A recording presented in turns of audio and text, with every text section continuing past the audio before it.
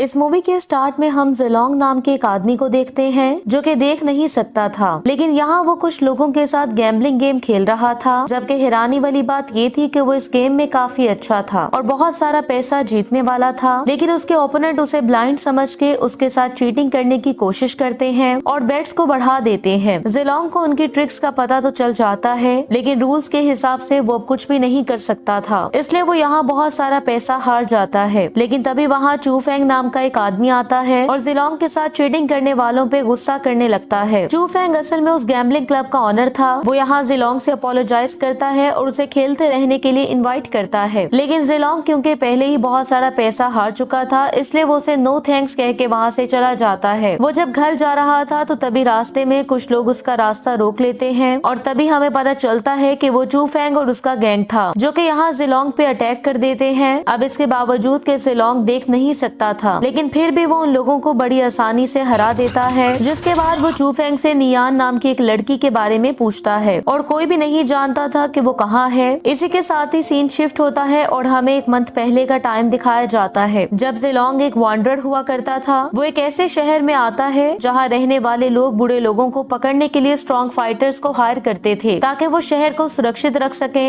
यहाँ जेलोंग जो कि काफी ज्यादा थक चुका था, वो ब्रेक लेने का डिसाइड करता है, लेकिन तभी उसे कहीं से वाइन की स्मेल आती है, जिसे फॉलो करते हुए वो एक घर में पहुंच जाता है और वहीं वो एक सुंदर लड़की नियान से पहली बार मिला था जो कि उससे वहां आने की वजह पूछती है, जिस पर जेलोंग उससे कहता है कि वो कुछ डिलीशियस वाइन खरीदना चाहता है, लेकिन नियान उससे कहती है कि वो बेचने के लिए नहीं है क्योंकि वो लोग उस वाइन को उसकी वेडिंग पार्टी में सर्व करने वाले थे। ये सुनकर जेलोंग ये डिसाइड करता है कि यहाँ से चले जाना ही बेहतर है, लेकिन नियान को जब रियलाइज होता है कि जेलोंग अंधा है तो उसे उसके लिए काफी बुरा लगता है, इसलिए वो फ्री में ही उसे वाइन की कुछ बॉटल्स दे देती है। नियान जब उन बॉटल्स को जेलोंग के हॉर्न से बांधने लगती है तो वो वहाँ लटके हुए एक बड़े से बैग की वजह से चौंक जाती है क्योंकि ऐसा लग रहा था कि जैसे उसमें कोई है। तभी जेलोंग उसे बताता है कि उसमें एक अपराधी है जो कि भागा हुआ था, यानी वो भी एक वॉरियर था जो कि पैसों के लिए क्रिमिनल्स को पकड़ता था। खैर इसी दौरान हम देखते हैं कि वेडिंग पार्टी स्टार्ट हो जाती है और गेस्ट वहाँ आने लगते हैं। नियान और उसके हस्बैंड काफी खुश दिखाई दे रहे थे, जबकि मेहमान भी उनकी वेडिंग सेलिब्रेशन को एंजॉय करते हुए खुश नजर आ रहे थे। लेकिन तभी अचानक से वहाँ का माहौल टेंस हो जाता है जब वहाँ पे नीजू नाम का एक आदमी आता है। नीजू असल में नियान का बड़ा भाई था और वो एक वॉरियर भी था। यहाँ वो अपनी बहन की शादी पर खुश होने की बजाय थोड़ा वियर्ड बिहेव करने लगता है और उसके इस बिहेवियर को देखते हुए सभी गेस्ट वहाँ से चले जाते हैं। सब लोगों के जाने के बाद नीजू जेलोंग के पास आता है जो कि अकेला बैठा ड्रिंकिंग कर रहा था। नीजू यहाँ उसे भी डराने की कोशिश करता है, लेकिन इसका कोई फायदा नहीं होता और जेलोंग उसे इग्नोर कर देता है। जिसके बाद वो उस तरफ जाने लगता है जहाँ उसका घोड़ा बंधा हुआ था, लेकिन अब क्योंकि वो काफी ज्यादा ड्रंक था इसलिए वो वहीं सो जाता है। उसी रात जब उसकी आंख खुलती है तो वो फिर से उसी जगह जाता है जहाँ नियान की शादी हो रही थी, लेकिन उसे वहाँ नीजू और नियान के हस्बैंड मरे हुए मिलते हैं। जेलोंग अब नियान को ढूंढने लगता है जो कि उसे एक जगह पड़ी हुई मिलती है और इसी के साथ ही हमें 4 घंटे पहले की कहानी दिखाई जाती है जहाँ हम चू फेंग और उसके गैंग को देखते हैं जिन्होंने नियान की वेडिंग रिसेप्शन पे हमला किया था, जो कि वहाँ नीजू को ढूंढने आए थे। वहीं हम चू फेंग के बॉस यूवन यिंग को भी देखते हैं जो कि चू फेंग को नीजू और नियान के हस्बैंड को मारने का ऑर्डर देता है और उन्हें मारने के बाद वो नियान के साथ जबरदस्ती करने लगते हैं। यहाँ जेलोंग नियान की देखभाल करता है और अब उसने डिसाइड कर लिया था कि वो यूवन और चू फेंग से बदला लेने के लिए नियान की हेल्प करेगा। अगले दिन जेलोंग उस क्रिमिनल जिसे उसने पकड़ा था उसे लेकर मिस्टर गाओ के पास पहुंच जाता है जो कि शहर का मेयर था और शहर में सुरक्षा बनाए रखने की रिस्पॉन्सिबिलिटी भी उसी की थी। जेलोंग यहाँ अपनी एक्स्ट्राऑर्डिनरी इंस्टिंक्ट्स की हेल्प से गाओ पर होने वाली असैसिनेशन अटेम्प्ट को भी नाकाम बना देता है जो कि उसका अपना ही एक आदमी करने वाला था। यहाँ रिवार्ड मनी लेने के बाद जेलोंग मिस्टर गाओ को नियान के घर होने वाले मर्डर इंसिडेंट का भी बताता है। ये सुनकर मिस्टर गाओ फौरन से उस इंसिडेंट को इन्वेस्टिगेट करने पहुंच जाता है जहाँ उसे एक एरो मिलती है जो कि यंग परिवार की पहचान थी। मिस्टर गाओ यहाँ उसे बताता है कि यूवन यिंग शहर के एक अच्छे परिवार से है और वो उसके खिलाफ कोई भी कार्रवाई नहीं कर सकता था, इसलिए वो नियान से यूवन को माफ करने और उससे बदला ना लेने का कहता है क्योंकि नियान उसे कभी भी हरा नहीं पाएगी। लेकिन जब नियान उसकी बात मानने से इनकार कर देती है तो गाओ के पास उसे यिंग फैमिली को डिफेम करने के आरोप में अरेस्ट करने के सिवा और कोई ऑप्शन नहीं था। मिस्टर गाओ और उसके आदमी नियान को जब कोर्ट ले जा रहे थे तो तभी जेलोंग उनका रास्ता रोक लेता है और मिस्टर गाओ से नियान को रिहा करने का कहता है क्योंकि वो बिल्कुल निर्दोष थी और उस इंसिडेंट की एक विक्टिम थी। लेकिन अब क्योंकि मिस्टर गाओ नियान को जेल भेजने पे इंसिस्ट कर रहा था इसलिए जेलोंग उनसे फाइट करने लगता है। वो कुछ ही देर में उन गवर्नमेंट ऑफिशियल्स को मार गिराता है और नियान को आजाद करके उसे जल्दी से वहाँ से जाने का कहता है, लेकिन नियान वहाँ से नहीं जाती और जिलोंग से कहती है कि वो यूवेन से बदला लेने में उसकी हेल्प करे। जिलोंग भी इसके लिए मान जाता है। नेक्स्ट सीन में हम देखते हैं कि वो दोनों रॉयल कैपिटल में पहुंच जाते हैं और कुछ देर रेस्ट करने और डिनर करने के लिए एक रेस्टोरेंट पे रुकते हैं। यहाँ नियान जिलोंग को बताती है कि वो इस इंसिडेंट की रिपोर्ट रॉयल कैपिटल की सिक्योरिटी फोर्स को करना चाहती है, जिस पर जिलोंग उसे सावधान रहने का कहता है क्योंकि उसे खुद किसी से मिलने जाना था, इसलिए वो वहाँ उसके साथ नहीं जा सकता था। नेक्स्ट सीन में हम देखते हैं कि जिलोंग चिन नियांग नाम की एक लेडी से मिलने आता है जो कि असल में जिलोंग की पार्टनर थी और अक्सर उसे इम्पोर्टेंट इन्फॉर्मेशन दिया करती थी, जिसके कारण क्रिमिनल्स पकड़ने का उसका काम आसान हो जाता था और इसके बदले वो चिन को कुछ पैसे भी दे दिया करता था। इसके बाद चिन यहाँ जिलोंग को एक नए मिशन के बारे में बताती है जिसमें उन्हें एक हाई प्रोफाइल फ्यूजिटिव को पकड़ना था जो कि शहर का सबसे पावरफुल क्रिमिनल था। चिन उसे बताती है कि ये मिशन बहुत ज्यादा डिफिकल्ट है, लेकिन इसके बदले उन्हें पैसा भी काफी सारा मिलेगा। इस काम की उनकी फीस इतनी ज्यादा थी कि उन पैसों से जिलोंग की आंखों का ट्रीटमेंट भी हो सकता था, जिससे वो फिर से देख सकता था। कुछ देर बाद दो आदमी एक इंजर्ड आदमी को लेकर चिन के घर आते हैं और यहाँ जिलोंग को पता चलता है कि वो इंजर्ड आदमी यिंग फैमिली के बॉडीगार्ड्स में से एक था। वो आदमी चिन को बताता है कि यूवेन जनरल कोक की बेटी से शादी करने वाला था, लेकिन उनकी एंगेजमेंट पार्टी में एक लड़की आ जाती है जो कि यूवेन पे अटैक करके उसे इंजर कर देती है और इसी सब के दौरान वो भी इंजर हो गया था। ये सुनकर जिलोंग को भी पता चल जाता है कि वो लड़की कोई और नहीं बल्कि नियान ही थी। अब क्योंकि वो आदमी नियान को पागल बोलता है, इसलिए जिलोंग उसे लापरवाही से बात करने का सबक सिखाता है। ये जानकर के जिलोंग उस लड़की को जानता है जिसने यूवेन फैमिली पे अटैक किया है, तो चेन उसे उस लड़की से दूर रहने का कहती है और उसे वार्न करती है कि उसे यिंग फैमिली के खिलाफ नहीं जाना चाहिए क्योंकि यिंग फैमिली शहर की सबसे पावरफुल और इन्फ्लुएंशियल फैमिली थी और जनरल को की बेटी से शादी के बाद तो वो और ज्यादा पावरफुल होने वाला था। लेकिन फिर भी जिलोंग को देख के ऐसा नहीं लग रहा था कि वो चिन की वार्निंग को सीरियस लेने वाला था और वो नियान को ढूंढने के लिए यूवेन के घर की तरफ निकल पड़ता है, लेकिन उसे वो वहाँ नहीं मिलती क्योंकि यूवेन ने उसे अरेस्ट करके जेल में डाल दिया था। और इसी के साथ ही सीन एक महीने बाद फिर से प्रेजेंट टाइम में शिफ्ट हो जाता है जहाँ चूफेंग जिलोंग के सामने होपलेस पड़ा हुआ था, जिसके बाद वो उसे नियान की लोकेशन के बारे में बता देता है। इसलिए जिलोंग जल्दी से वहाँ जाके उसे बचा लेता है, जिसके बाद वो उसे चिन के घर ले आता है और उसे नियान का ट्रीटमेंट करने का कहता है। चिन जो कि एक हीलर थी वो इंजर्ड नियान को देखकर उसका ट्रीटमेंट करना शुरू कर देती है और उसे पता था कि नियान की हेल्प करने के क्या कॉन्सिक्वेंसेस होंगे, लेकिन फिर भी चिन नियान को सेफ जगह ले जाने में जिलोंग की हेल्प करती है क्योंकि उस शहर में रहना उनके लिए खतरे से खाली नहीं था। इसलिए वो उन दोनों को वहाँ से भेज के चूफेंग के पास आता है जिसे उसने एक जगह बांध रखा था। जिलोंग यहाँ उसे इन्वेस्टिगेशन करने लगता है कि यूवेन ने नीजू को किस वजह से मारा था, जिस पर चूफेंग उसे बताता है कि जनरल को की बेटी ने यूवेन से कहा था कि अगर वो उससे शादी करना चाहता है तो उसे उसको night pearl pendant engagement gift के तौर पे देना होगा, जिसे यूवेन ढूंढने की कोशिश कर रहा था।